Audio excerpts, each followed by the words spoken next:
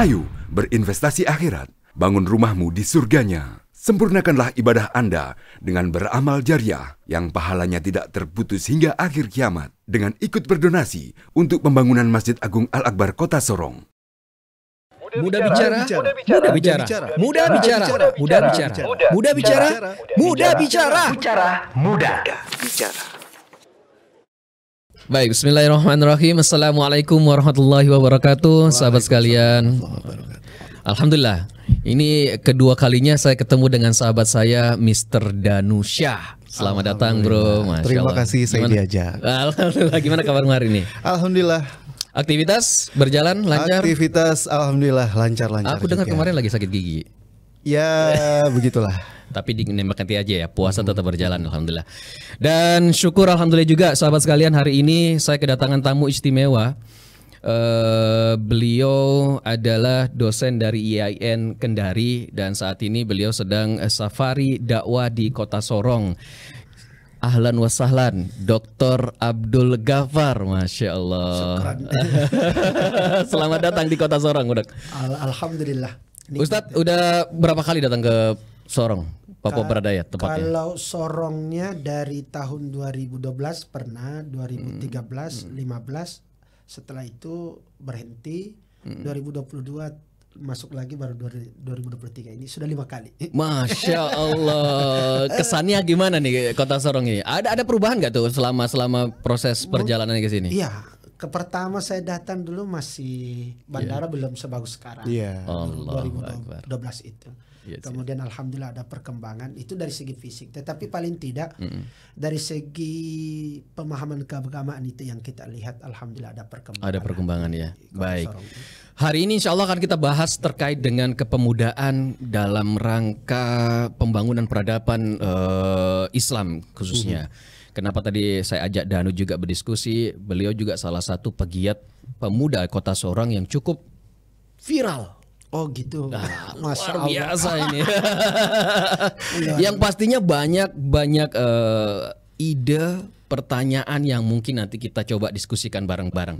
Tapi yang pasti sebagai gambaran umum ya, perkembangan sejak pandemi khususnya nih ya. Kehidupan kita udah kayak semacam di restart dan dinyalakan secara tiba-tiba. Matiin, peng, langsung dinyalain secara tiba-tiba. Dan yang menjadi luar biasa, itu pun mempengaruhi pergerakan dari kinerja para pemudanya. Banyak segala sisi juga peran kepemudaan itu mengambil peran yang cukup penting. Terakhir, Menteri umur 32 tahun sudah jadi menteri. Menteri Pemuda dan Olahraga. Menteri Pemuda dan Olahraga. Ya kan sih? Dan masih banyak lagi. Kalau terkait dengan dakwah, udah banyak ustadz-ustadz keren. Iya betul. Ya kan? Muda juga lagi. Muda juga. Dan viral.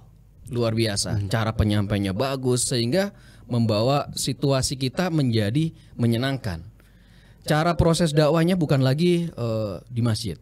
Udah melalui kayak begini nih. Sudah tidak konvensional Sudah seperti yang konvensional sebelum-sebelumnya. Tapi yang menjadi problematika lagi, di samping ada kehidupan yang baik, prestasi yang luar biasa, di situ juga ada yang kurang baik.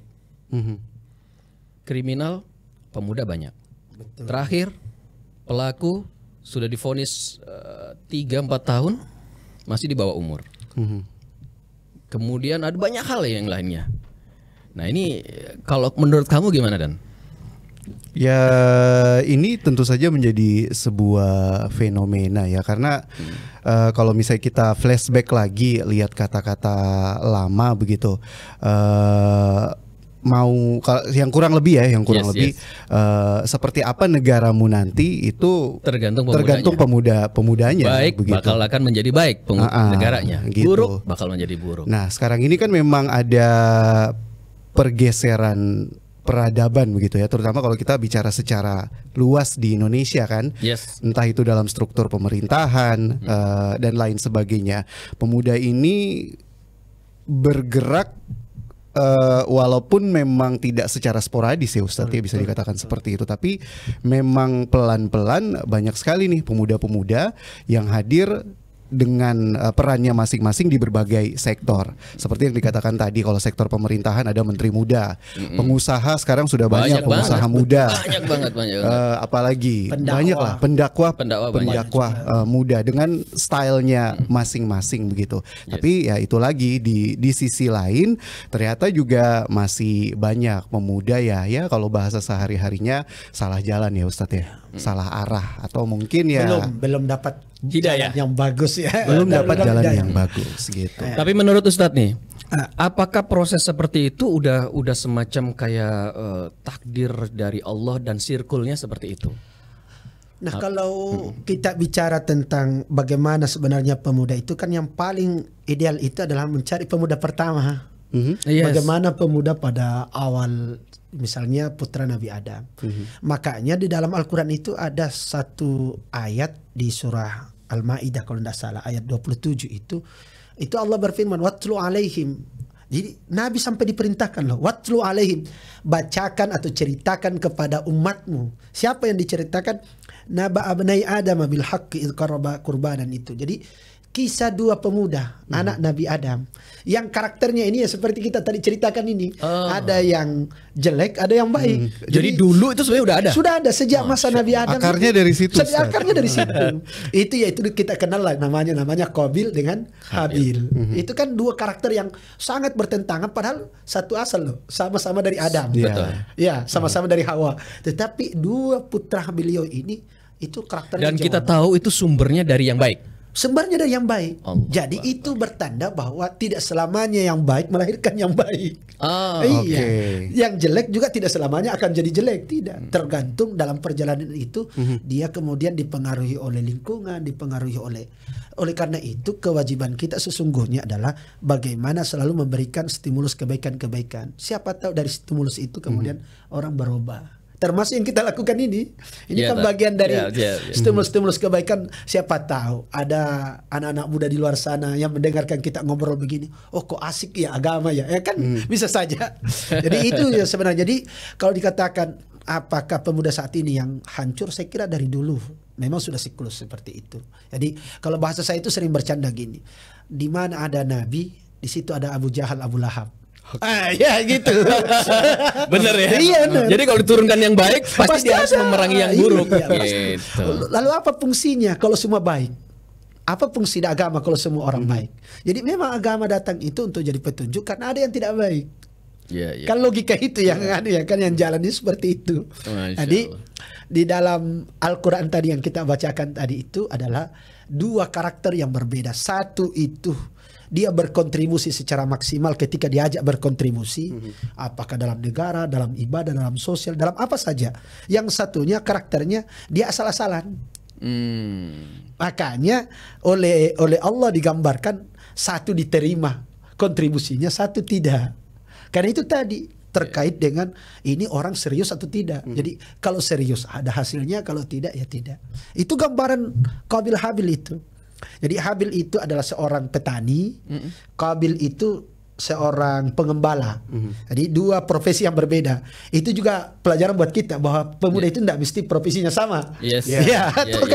Bisa ambil peran di mana saja. Jadi sesuai dengan bidangnya masing-masing. Sesuai dengan bidang dan sesuai dengan kemampuannya masing-masing.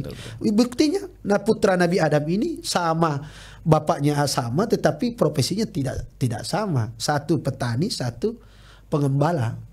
Jadi yang pengembala ini dia punya karakter tidak baik. Makanya ketika dia disuruh untuk berkurban, coba korbankan dari profesimu. Apa yang kira-kira yang kamu bisa berikan kepada Allah dari hasil yang kamu dapatkan. Dia menyumbang, tetapi yang dia kurbankan adalah hewan yang paling jelek. Hitung-hitungan. Dia hitung-hitungan lah. Dia disuruh berkurban tapi dia ngambil yang paling jelek. Sementara ketika Habil dia berkurban, dia ambil hasil tanaman yang paling bagus, yang terbaik itu dia. Maka oleh Allah digambarkan fatuqbila min ahadima wa lam yutaqabbal min al-akhar. Akhirnya satu diterima, satu tidak. Jadi dari dulu itu seperti itu karakter itu. Itu prosesnya berapa lama, Tat? Apakah setelah Adam dengan dua anaknya proses itu akan mulai beres dengan turunnya nabi baru? Ataukah memang seterusnya itu, Tat? Tidak. Sampai kalau namanya dakwah ya. namanya ajakan itu bahwa pertanda sepanjang kita punya kewajiban berdakwah berarti sepanjang itu tidak ada, pasti ada yang tidak beres. Jadi dakwah kita berdakwah ini kan karena ada yang tidak beres. Kalau beres semua ngapain berdakwah kan, iya kan? Jadi sama. Jadi sampai kapanpun yang namanya kita mengajak pada kebaikan itu akan selalu ada, selalu menjadi. Tapi yang menjadi soal, Tat. Iya. Lagi-lagi. Orang tua atau mohon maaf ya, orang-orang yang lebih tua daripada pemuda itu mereka cenderung bukan memberikan nasihat atau mendidik dengan cara yang baik, tapi mereka malah menyalahkan, Tat. Kamu ini, mohon maaf jeleknya, kamu anaknya, gitu, Tat. Padahal nyebutnya dia, kamu anak dari, nyebut binatang. Betul. Kurang lebih seperti itu. Apakah memang metode-metode itu dibenarkan? Atau Ustadz, apakah cara-cara seperti ini juga yang menentukan karakter seorang pemuda nantinya? Iya. Makanya kan Nabi itu setiap mengutus orang untuk berdakwah kan ada pesannya. Misalnya ketika Nabi mengutus dua sahabatnya yaitu Abu Musa al-Asy'ari dengan Mu'adz bin Jabal, beliau itu pesannya yassira wala tu'assira. Itu pesannya. Kalian berdua permudah orang. Loh, permudah orang loh. Wala tu'assira, jangan persulit orang. Jadi kadang-kadang ketika ada seseorang orang tua menekan terlalu kuat terhadap anaknya, bukan tambah bagus, malah tambah menyimpang. Kenapa? Terlalu ditekan. Jadi sebenarnya kalau dakwah itu lebih kepada bagaimana dia bisa berubah pelan-pelan atau sedikit demi sedikit, bukan perubahan total yang kita harapkan. Menyesuaikan dengan karakter si anak. Menyesuaikan dengan karakter anak. Makanya dilanjutkan oleh Nabi, yassira wala tu'assira, basyira wala tunafira. Buatlah itu agama menyenangkan. Loh, bahasanya loh. Basyira, buat itu agama menyenangkan, wala tunafira. Jangan membuat orang semakin lari dari agama. Karena kok gini agamanya. Coba kan kebayang kalau ada orang mu'alaf tiba-tiba masuk Islam, lalu kita ada kewajiban sholat, puasa, ini. Itu sampai ditegur. Tidak begitu cara mendidik. Selesaikan satu dulu. Kalau dia sudah kuasai satu, baru pindah pada kewajiban satunya lagi. Terus gitu. Itu berarti kan indikasi bahwa di dalam mendidik, di dalam mengajak anak-anak muda itu jangan sekaligus, tapi pelan demi pelan kita lakukan itu. Dalam Islam menegaskan itu Islam, bahkan ya. Nabi lakukan kok. Nabi lakukan ya.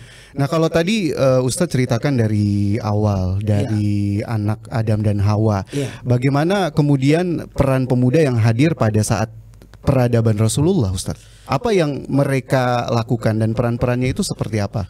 Jadi sebenarnya kan pada masa Nabi ya, pemuda-pemuda itu ya mengambil peran yang luar biasa.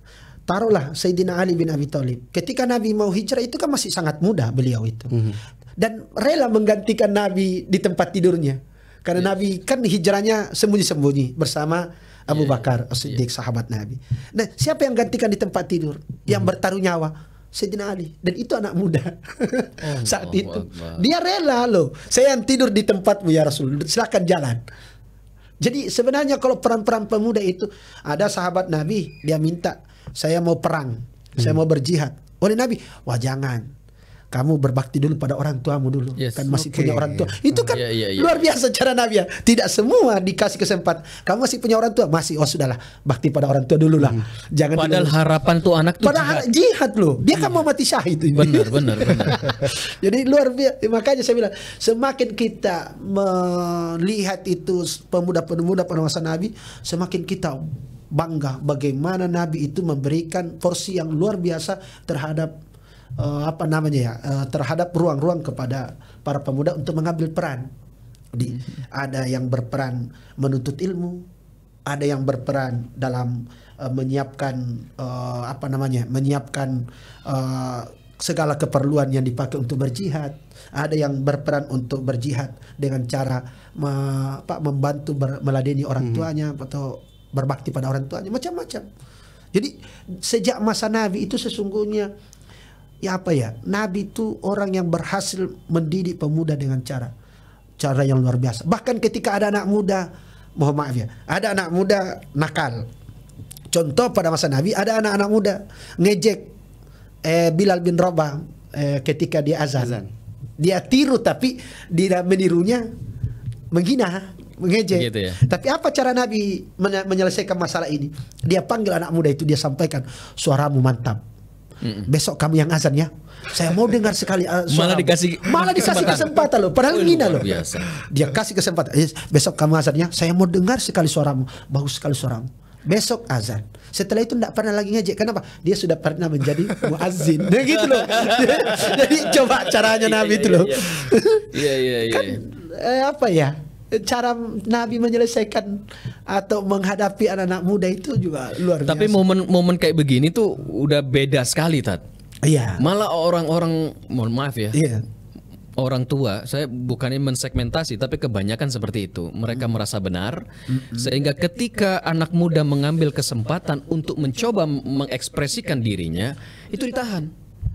Ya, dan itu banyak memang sekarang. Itu ditahan. Tapi syukur alhamdulillah kejadian saat ini fenomena seperti presiden memberikan peluang kepada menteri yang muda itu udah merupakan lompatan yang luar biasa. Iya. Itu.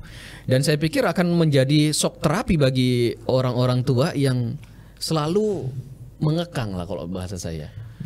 Mengekang. Jadi kalau apa yang dilakukan mungkin presiden saat ini sejatinya lebih yang dilakukan oleh Rasulullah. Allah. Kita ingat kan ada seorang sahabat yang namanya Usama. Yes. Itu Usama bin Zaid itu dijadikan panglima perang loh pada usia 18 tahun. Siapa anggota pasukannya? Prajuritnya Umar bin Khattab. Siapa tidak kenal Umar bin Khattab?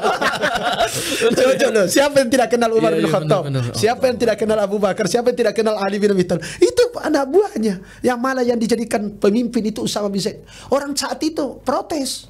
Sahabat-sahabat protes kepada Nabi. Ya Rasulullah, kenapa ini kok anak muda yang dijadikan? Diabadikan dalam hadis loh. Kenapa kok anak muda ini yang dijadikan panglima perang? Ini terlalu muda. Apa jawabannya? Anak ini tercipta untuk menjadi pemimpin dalam medan perang. Artinya Nabi lihat potensi anak ini. Yang kedua, Nabi itu selalu melihat, ini kan saya jadikan panglima perang untuk saya kirim ke lokasi di mana ayahnya Usama itu wafat. Kan kebayang kalau anak muda dikasih kesempatan, dia akan memperlihatkan, bapakku boleh gagal di medan perang, tapi saya harus berhasil. Itu salah satu cara Nabi memberikan kesempatan kepada anak muda. Jadi kalau peluang yang diambil itu bukan karena pengalamannya, bukan, tapi semangatnya dan visinya. Semangat dan visinya karena Nabi melihat ini anak punya potensi, punya. Jadi tetap akan melihat potensi kan. Ini anak punya potensi di dalam masalah peperangan. Karena ini kan pada masalah ini kan lebih banyak didiskusikan terkait dengan bagaimana Islam itu semakin melebar. Jadi ini anak punya, meskipun 18 tahun, bolehlah kita jadi akan angkat perang. Yang kedua, dia punya semangat pasti karena dia akan dikirim ke wilayah di mana ayahnya tewas dalam medan perang. Nah, kan kebayang kalau seorang anak dikasih kesempatan, dia punya memang keilmuan di bidang itu, artinya punya kapasitas lah. Jadi bukan juga kaleng-kaleng dia juga punya kapasitas. Lalu ditopang oleh semangat yang tinggi untuk berhasil, jangan seperti bapaknya. Itu kan pasti gimana ya? Pasti akan berhasil itu. Nabi melihatnya itu. Jadi meskipun di unjuk rasa Nabi diprotes oleh sahabat, ya kayak orang tua lah sekarang. Protes, tapi Nabi apa tidak mengkasih peluang? Tidak, dia kasih peluang. Dan itu berlanjut pada masa Abu Bakar. Abu Bakar jadi khalifah itu kan yang diusulkan oleh sahabat itu kan mengganti Usama. Ganti nih, terlalu anak-anak, mosok kita dipimpin sama anak-anak. Itu loh bahasanya. Ini tidak punya pengalaman, tidak punya inilah. Ganti. Sayyidina Abu Bakar mengatakan apa? Saya tidak akan mengganti anak ini. Jadi kenapa? Karena Rasulullah yang mengangkatnya. Saya tidak akan pernah ganti apa yang telah diangkat oleh Rasulullah. Itu Sayyidina Abu Bakar. Tapi memang di samping itu, selain dipilih langsung oleh Rasulullah, memang dilihat ada kapasitas yang dimiliki, bukan ujuk-ujuk, bukan asal gitu ya. Dan ini memang yang menjadi poin penting, di mana seorang pemuda tuh harus punya bekal ya. Harus membekali dirinya dengan ilmu dan lain sebagainya. Yang paling penting itu belajar dan belajar. Benar ya. Kalau bahasa Al-Qur'an kan ayat yang pertama turun kan Iqra. Allahu Akbar. Nah, itu kan pertanda bahwa bukan keimanan dulu toh. Iqra dulu loh, baca. Artinya baca dulu. Itu kan belajar. Jadi yang ayat yang pertama turun itu mengindikasikan bahwa kita ini anak-anak muda harus punya ilmu lah. Dengan berbagai macam. Apa yang kemudian relate begitu dari zaman kepemudaan di Rasulullah dengan zaman sekarang yang tentu saja sudah berabad-abad jauhnya begitu? Satu, dari segala aspek saya kira masih relate ya. Baik itu pemuda yang pemuda-pemuda yang berhasil dengan dikasih jabatan oleh Nabi dalam berbagai macam jabatan, maupun ada pemuda-pemuda memang yang memang tidak dipakai. Jadi tidak semua, dalam tanda petik, tidak semua pemuda pada masa Nabi juga sukses gitu. Tidak. Ada juga ya. Ada juga yang enggak. Tapi kan di zaman Nabi nggak ada TikTok. Kan ada. Kan belum ya. Dia TikTokannya bukan seperti itu ya, lain TikTokannya. Jadi sesungguhnya kalau dibahasakannya tadi, saya lebih paham itu bahwa sebenarnya sejarah itu kan berulang. Hanya objeknya yang berbeda, subjeknya yang berbeda, ruangnya berbeda. Tetapi secara umum gambaran-gambaran itu sudah ada dari dulu. Jadi oleh karena itu, nah sekarang kalau betul-betul kita ingin seperti Rasulullah, mestinya orang-orang tua kita, pemimpin-pemimpin kita memberikan porsi yang sama yang diberikan oleh Rasulullah kepada pemuda. Dengan catatan kita juga pemuda harus punya kapasitas tadi. Kontrol tetap harus ada. Kesempatan juga harus diberikan. Harus. Gitu. Pelajaran-pelajaran yang baik juga masih dalam tanggung jawab orang tua kan begitu. Mestinya. Bahkan periwayat hadis yang nomor sekian yang terbanyak, yang termasuklah 10 terbanyak periwayat hadis itu kan salah satunya Anas bin Malik, itu anak muda. Masya Allah. Jadi sebenarnya kalau kita bicara pemuda itu dari zaman ke zaman, saya kira memang menarik untuk, hanya kadang-kadang ada di satu segmen itu pemuda tidak diberikan porsi yang cukup lah, padahal kapasitasnya ada. Nah mestinya sekarang ini kan kita lihat imam-imam sekarang itu kan, alhamdulillah kalau dalam bidang agama ya, kita bicara bidang agama, itu sekarang kan rata-rata anak muda sekarang yang jadi imam sholat. Karena penghafal Al-Qurannya.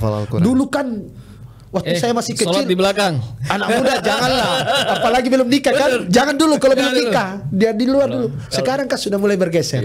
Anak muda diberikan kesempatan, yang penting punya kapasitas. Nah itu yang sekarang, alhamdulillah. Hanya mungkin di aspek-aspek pemerintahan yang perlu terus, di UMKM mestinya juga begitu. Jadi janganlah anak-anakmu orang-orang tua yang berniaga atau yang inilah, mestinya anak-anak muda yang menangkap ruang-ruang itu. Karena Nabi sendiri kan usia 12 tahun sudah berdagang.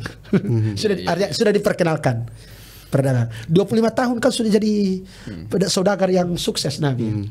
Meskipun membawa dagangannya Khadijah ya, awal-awalnya cuman titip barang lah. Setelah itu kan jadi sukses. Akhirnya kepincut kan Khadijah kepada Nabi. Terus ada proses-proses berjalannya waktu pemahaman atas keilmuan kadangkala terbatas. Betul. Ya kan, kadangkala terbatas. Sehingga ada beberapa segmen yang menurut pribadi kita itu hal yang biasa dan bisa jadi bagian dakwah. Contoh kita ambil di musik, Tat.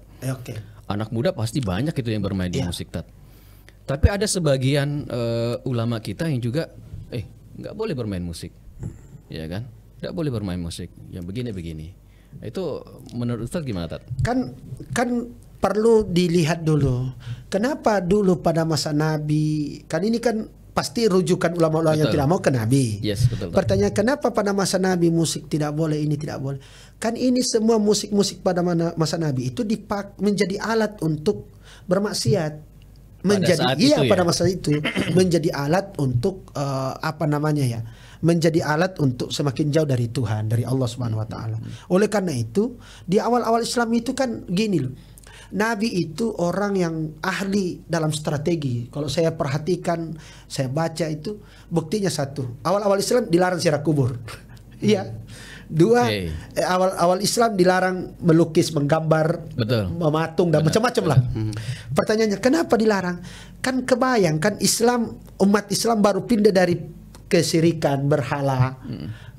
Berhala saja di Ka'bah itu kan 300 lebih. Itu kemudian dihancurkan. Pertanyaannya, kalau Nabi memberikan ruang untuk ziarah kubur, untuk membuat lukisan, gambar, nanti jangan pindah berhalanya ke kuburan, pindah berhalanya ke lukisan, ke ini. Maka oleh Nabi dilarang. Tapi ketika Nabi sudah pindah ke Madinah, sudah lihat umat Islam sudah kuat, Nabi kemudian mengatakan ziarah kuburlah, karena itu mengingatkan kematian. Berarti kan cara musik juga bisa jadi diharamkan awal-awal itu karena dipakai untuk maksiat, kesyirikan. Nah sekarang kan ada orang malah menggunakan musik untuk berdakwah. Iya kan? Benar. Ada orang malah semakin musik dijadikan sebagai media bagaimana kita berdakwah. Termasuk kan alat-alat ini kan bagian dari dakwah. Tapi bagaimana kita memanfaatkan? Ya, jadi sesungguhnya yang perlu itu tidak ada bahan atau benda yang terkena hukum. Yang ada adalah yang memanfaatkan benda itu. HP ini tidak haram, tidak haram awalnya dimubah karena dia benda. Betul. Tetapi kapan dipakai maksiat jadi haram kan? Karena yang pelakunya dia malah menjadi berpahala ketika kita pakai, malah dipakai untuk berdakwah, silaturahim dan seterusnya kan. Jadi sebenarnya sama ketika saya ditanya bagaimana hukumnya menjual parang misalnya pedang, saya bilang dilihat dulu. Kalau yang membeli itu dipakai untuk membunuh orang haram. Tapi kalau dipakai untuk nyembeli hewan, nyembeli kambing, nyembeli ayam supaya dimakan sama-sama, malah bagus kan? Malah sunnah. Artinya Islam tetap agama yang mudah, memudahkan. Dan jangan dipersulit gitu, jangan pesannya itu ya. Tetap kita dakwah. Dan yang paling utama adalah apapun yang kita lakukan tetap harus kepada Allah. Itu niatnya. Itu yang paling penting ya. Jadi sebenarnya media-media yang ada saat ini mestinya kita manfaatkan semuanya untuk bagaimana kita mengisi ruang-ruang positif, ruang-ruang ini dengan hal-hal yang positif. Kan sekarang ini terutama kita di media, kalau pemuda-pemuda tidak mengisi ruang-ruang media itu dengan positif, maka yang muncul negatif. Betul. Nah sekarang benar-benar semua orang kan artinya terkait dengan media. Jangankan anak-anak muda, orang tua sekalipun sudah bermedia sosial kan. Nah sekarang kalau anak-anak muda kemudian tidak mengisi ruang-ruang media itu dengan hal-hal positif, maka yang muncul yang negatif. Berarti kita punya kewajiban semua ini untuk mengisi ruang-ruang itu supaya nilainya positif. Nah sekarang kalau diharamkan, maka yang jadi adalah haram semua, artinya yang datang yang muncul akan maksiat semua. Karena kita mengharamkan misalnya, anggaplah musik.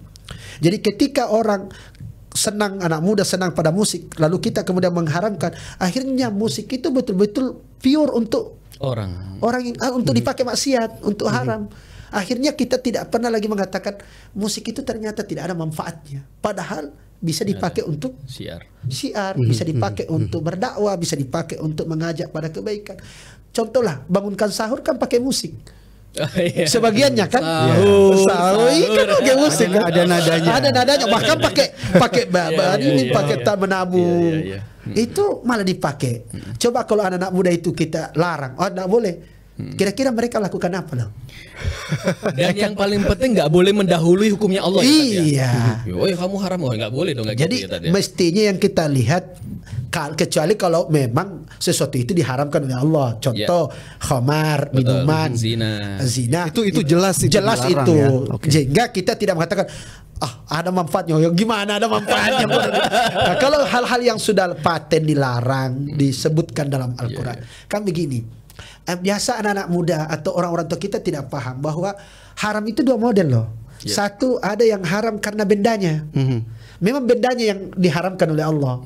Yang kedua, haram karena pemanfaatannya itu tadi. Karena dimanfaatkan ke negatif. Contoh, makan itu boleh, tapi kalau makan sampai muntah-muntah haram. Iya kan?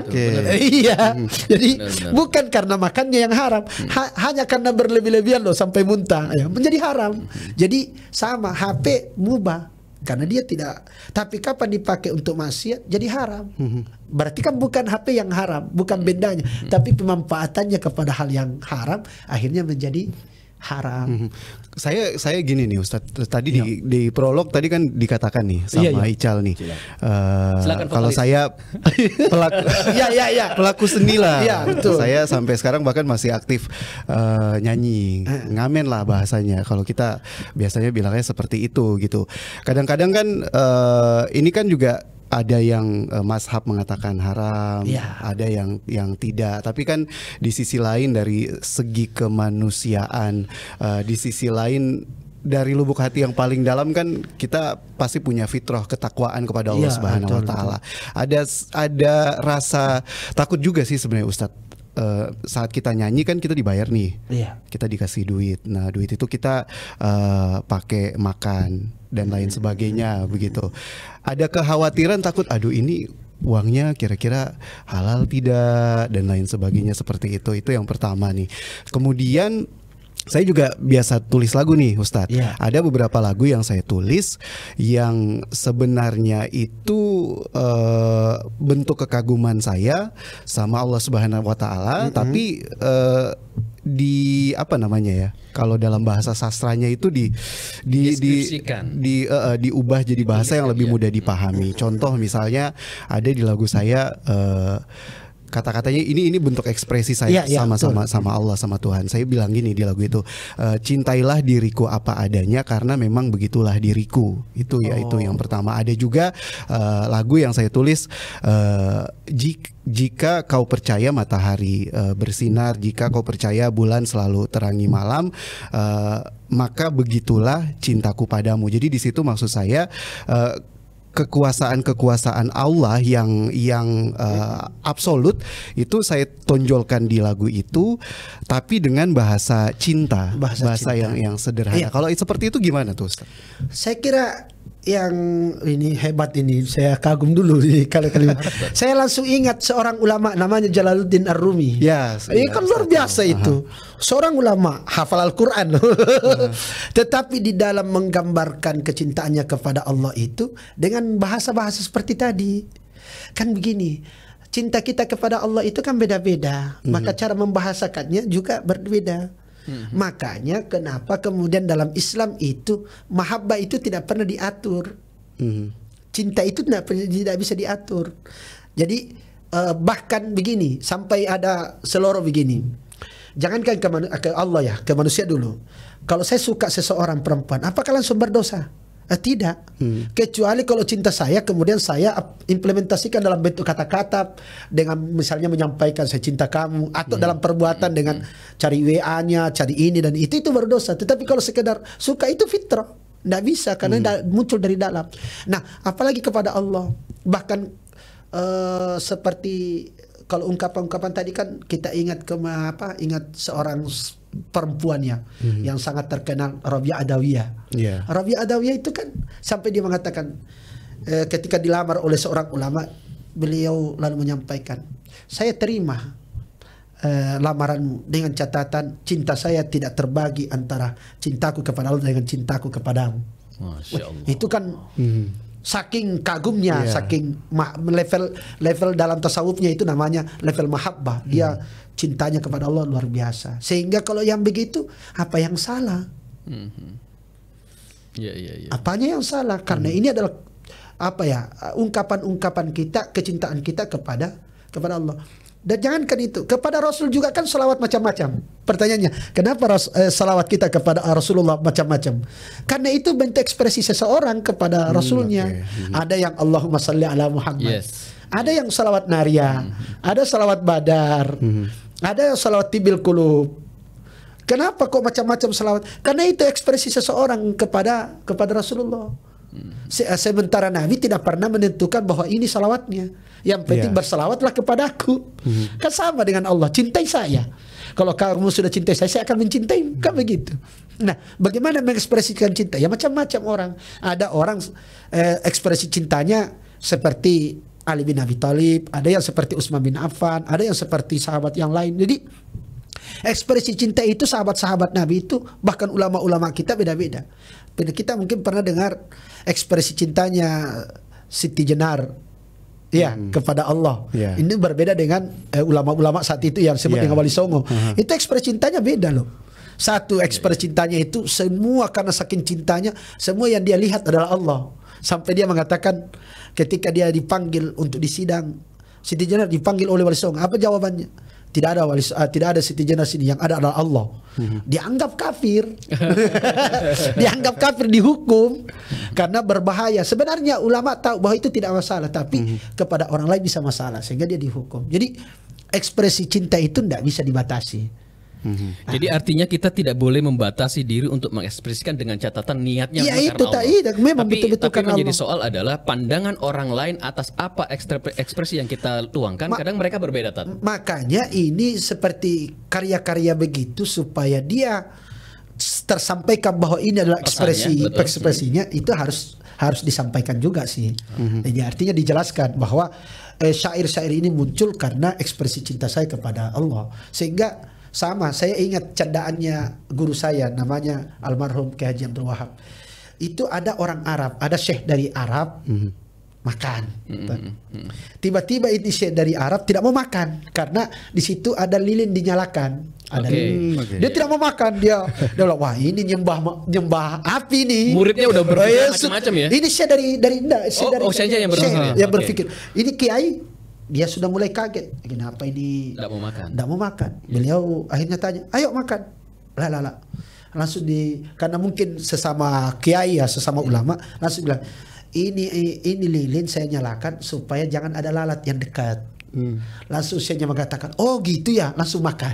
Dia awalnya tidak mau makan. Ya itu tadi maksud saya sampai ke cerita itu karena jangan sampai orang kita maksudnya A, orang nangkapnya B. Jadi gitu nanti loh. Ada momen khusus bro, kamu klarifikasi semua cutaanmu. Ya perlu mungkin di. Dan ini juga yang menarik juga, Tat, terkait dengan seperti itu. Anggapan-anggapan bahwa segmen tertentu itu nggak bagus. Mohon maaf ini. Menjelang 2024. Jadi pemuda masih banyak bersegmen bahwa politik itu jelek, Tat. Kalau tadi saya menangkap Ustadz bahwa ketika ngomong, ketika ada media baik, ada orang baik manfaatin itu sehingga yang buruk-buruk tidak masuk. Nah, bagaimana kita mencikapi itu, Tat? Iya, sama kan gini loh. Ini kesalahan kita selama ini, jangan dekati politik karena kotor. Yes. Akhirnya yang maju yang kotor semua. Kan logikanya gitu. Karena kita yang kena getahnya juga kita juga. Kita juga yang kena getahnya. Kebayang kalau anggota dewan misalnya lah, anggota dewan itu buat perda atau buat peraturan undang-undang. Nah, orang tidak baik semua kumpul. Kira-kira yang lahir apa? Yang berlaku memangnya kepada mereka, tidak kan kepada seluruh masyarakat. Oleh karena itu dalam Al-Qur'an itu Allah memerintahkan kita antu'addul amanati ila ahliha. Berikan amanah itu kepada orang yang ahli, artinya orang yang profesional. Itu bahasa Al-Quran loh. Artinya kalau kita tidak memberikan kepada yang profesional, yang betul-betul kita anggap punya integritas, maka kita ikut berdosa loh. Betul. Maka saya sering katakan, teman-teman yang golput itu berdosa juga ketika dia tidak nyoblos.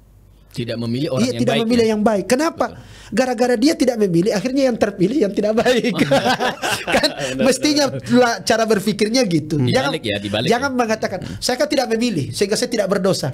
Ya gara-gara bapak tidak memilih, gara-gara anak muda tidak memilih yang baik, akhirnya yang terpilih yang tidak baik loh. Nanti giliran kena getahnya misalnya baru melepaskan diri. Tidak boleh tuh. Baik, Tat. Makanya kalau saya sederhananya begini. Teman-teman yang kita lihat pemuda-pemuda yang baik, yang kita anggap ini bisalah mewakili kita anak muda dan mengarah ke hal positif, didoronglah untuk maju. Jangan dijauhkan dari politik. Jangan dijauhkan dari politik. Kewajiban kita mencari orang yang baik. Kisahnya Nabi Yusuf kita pakai. Insyaallah. Nabi Yusuf itu kan bukan dia minta jabatan, hanya ditawari jabatan dan Nabi Yusuf mengatakan kalau saya tidak ngisi, ini orang lain yang ngisi. Makanya dia mengatakan ij'alni ala khazainil ardi, jadikan saya bendahara. Loh, dia minta loh jadi bendahara. Kenapa? Dia tahu bahwa kapasitas saya bisa jadi bendahara. Inni hafizun alim. Saya bisa menjaga diri. Orang perempuan misalnya Muhammad, perempuan yang tidak berpakaian saja di depan saya masih bisa tahan diri. Apalagi uang kan logikanya gitu. Alim, saya pernah kasih saran raja supaya menyimpan makanan 7 tahun karena akan terjadi paceklik. Berarti kan dia punya visi. Ya kan? Punya ilmu dan punya integritas, tidak tergoda. Nah, itu yang didorong. Yang seperti ini loh Nabi Yusuf, seperti gambaran Nabi Yusuf itu. Cuma kadang-kadang yang jadi fenomena juga begitu ya. Mungkin yang membuat pemuda juga jadi, ini kan tadi langsung bahas politik juga nih. Iya. Agak nyindir ke politik tadi dari musik ke politik begitu. Cuman kan yang sering terjadi juga saat ini, orang-orang baik yang dipilih itu kemudian saat sudah jadi terpilih, jadi jahat. Korupsi dan lain sebagainya. Ya, gini, jangan karena kasus satu itu kemudian pesimis. Bisa jadi karena kenapa dia jahat? Karena masih sendiri loh.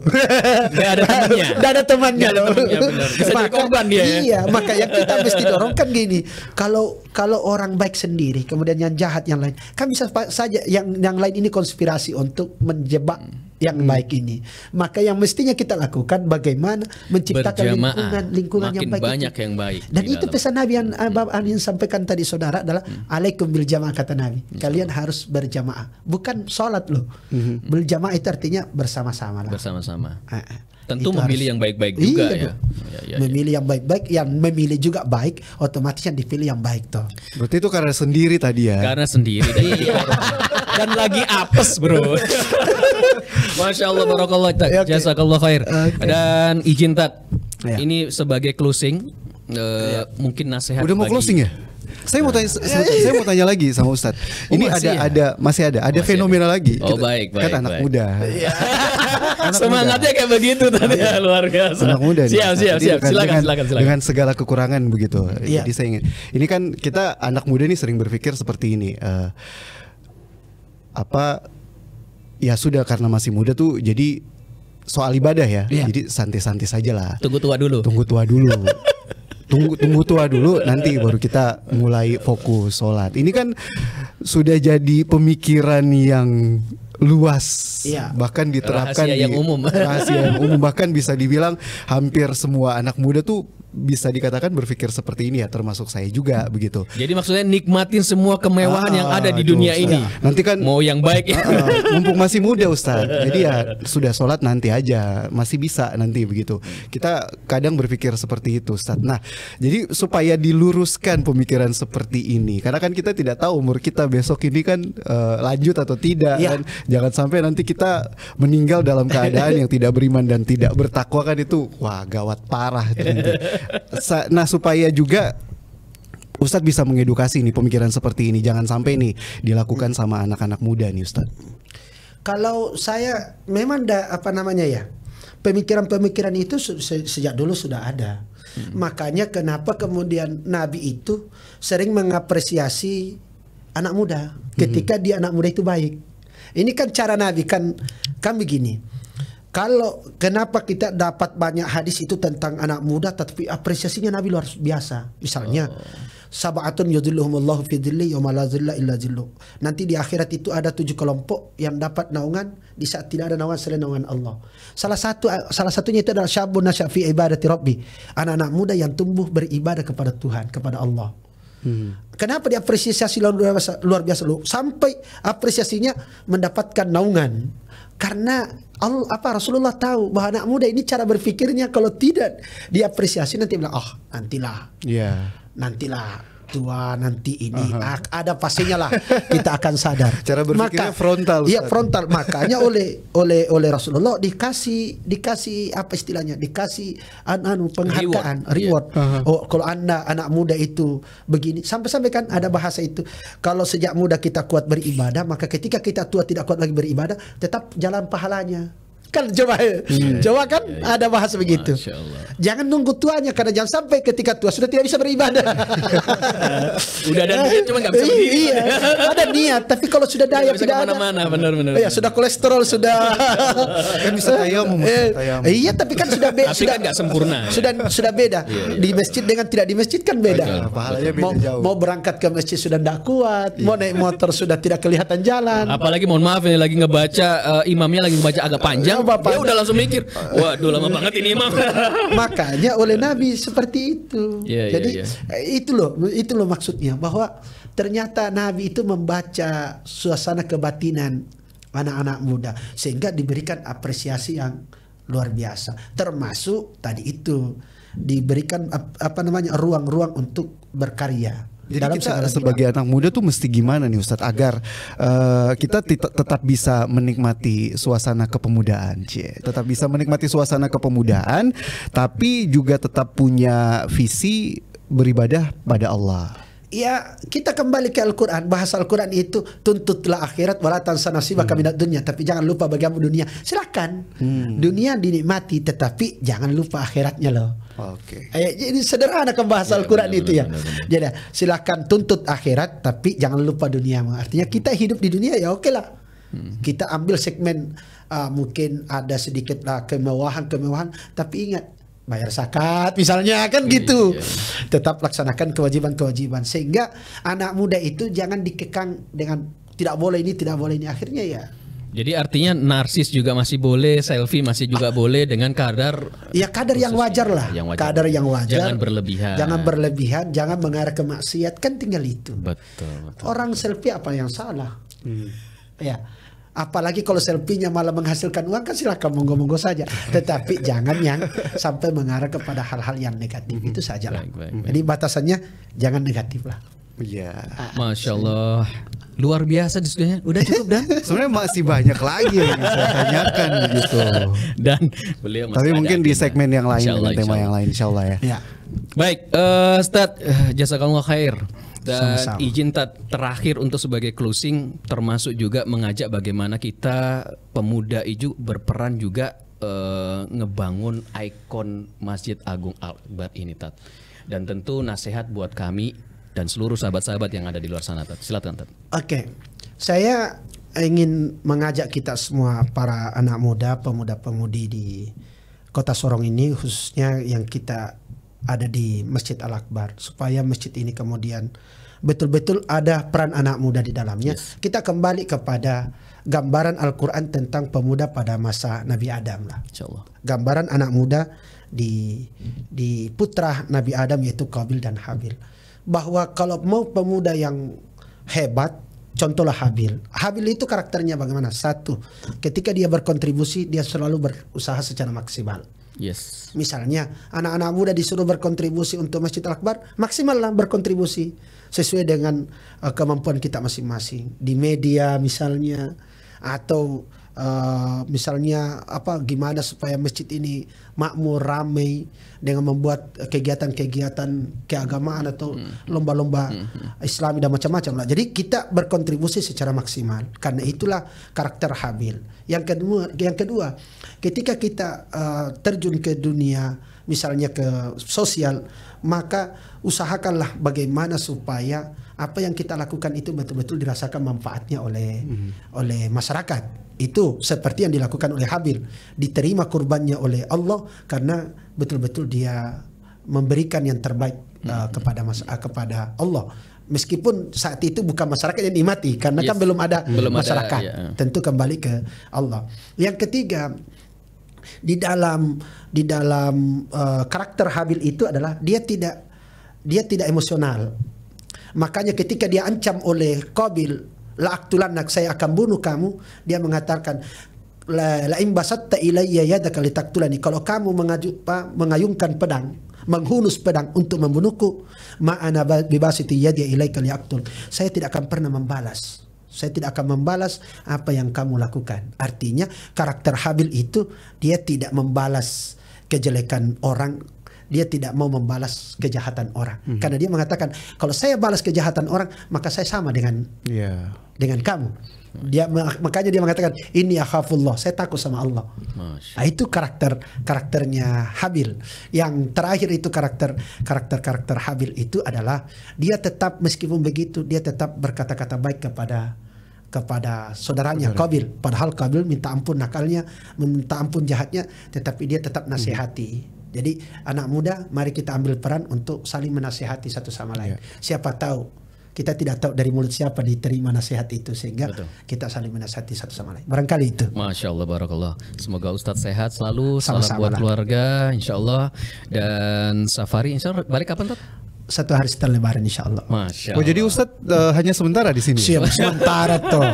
Tapi masa ada agenda-agenda kajiannya Ustadz ya, Tat ya? Ya, insya Allah. Insya Allah.